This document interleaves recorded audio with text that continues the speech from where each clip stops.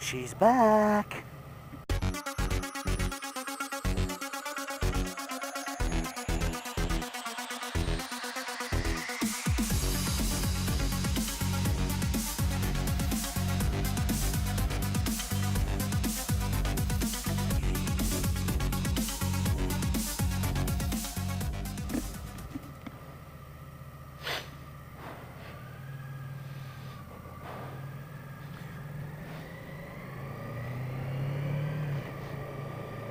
Good morning, you wonderful people, you.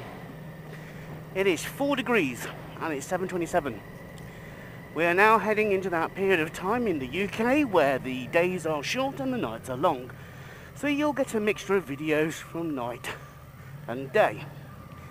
Although this is a bit of a bonus video, something we're going to be trying a bit of an experiment on over the next few weeks. And that's basically on a Wednesdays to answer one of your questions. So if you've got a question for me, send it across. Either stick it in the comment section below or tweet it to me on Twitter or DM me on Instagram or send me an email and I'll try and answer as many of your questions as I can. It could be about anything really. So today's question basically is one question I get asked a lot.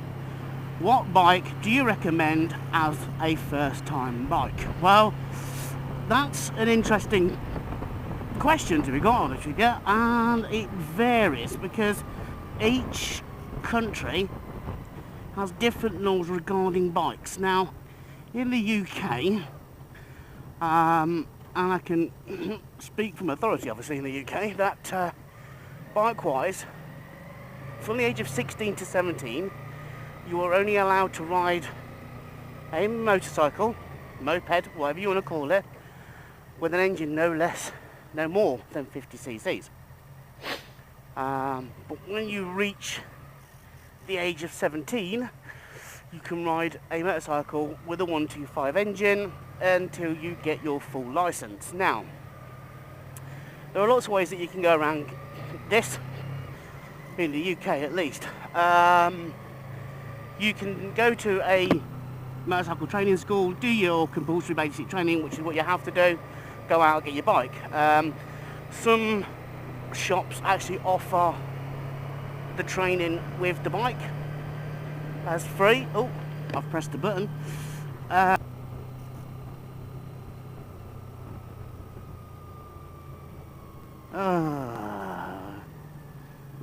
And I keep steaming up, my glasses keep steaming up, and the sun's very low. Right, so yeah, you can go to a bike school in the UK, do your CBT, and then go out and get your bike, or alternatively, you can buy the bike first, and then do your CBT. And as I say, some places offer lessons for free as an incentive to buy the bike from them.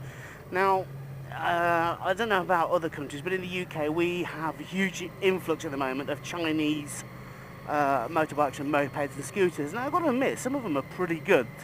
Some of them are a bit ropey, but otherwise some of them are really good.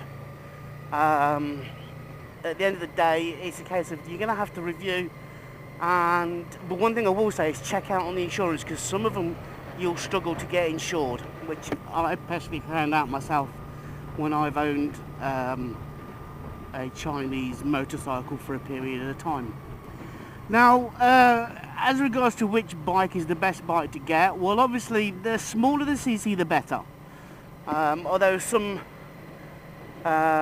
purely because I'm thinking about horsepower, speed and being used to a bike, because the last thing you want to do is scare the crap out of you by accelerating really hard and not actually having any control of the bike.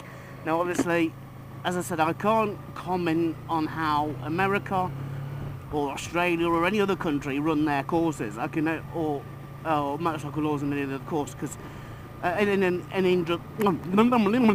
put my teeth back in. I can't comment on the motorcycle laws in any other country because obviously I don't live there.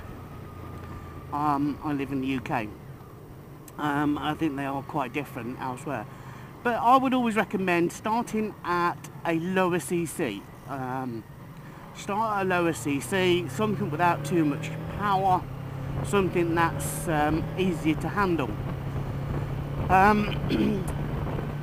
One thing I would recommend is that if you are thinking about getting a bike, go to a exhibition or go to a showroom and sit on them, each one, because you've got different styles of bikes. You've got sit up and beg, which is your touring type bike, your adventure type bikes, you know, so each one has a different riding style, which when I go to Motorcycle Live in November, I will hopefully go through and point out the different styles of bikes, riding styles. But yeah, go and try them out, sit on them, see if you can get comfortable with them. Now, in the UK, the beautiful thing is that at the age of 17, you can take your lessons to get your full license, but you're only allowed to do that on a vehicle which is a 125. When you reach 21, you can actually do what's called a direct access course and learn to ride a bike on a 500cc and take a license on a 500cc. Now, the thing is, when you're 17 years old, if you want to ride a bike, it's actually quite a good way to go about it. And that's if you go to a bike school and learn to ride, you get to use their vehicles, and you get to actually find out whether or not you like it and are used to it.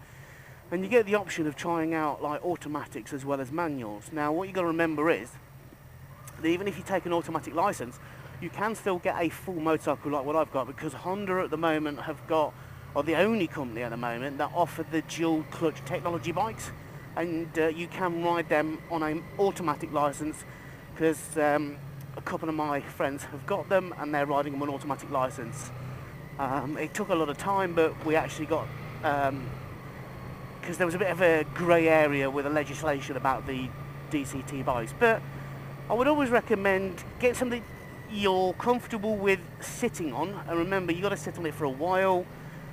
Always try and go for something with low horsepower, always try and go something with a low CC to start off with, just so that you can get used to it. There's no point going out and getting a really fast bike to go racing around on and crashing, really, is it? So that's my recommendation.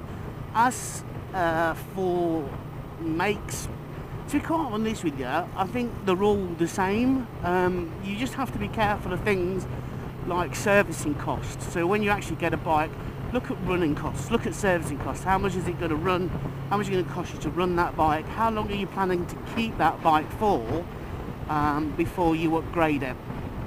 So I'm hoping that's helped a lot of people out. I'm hoping you've enjoyed this, although it is a bit of a short vlog.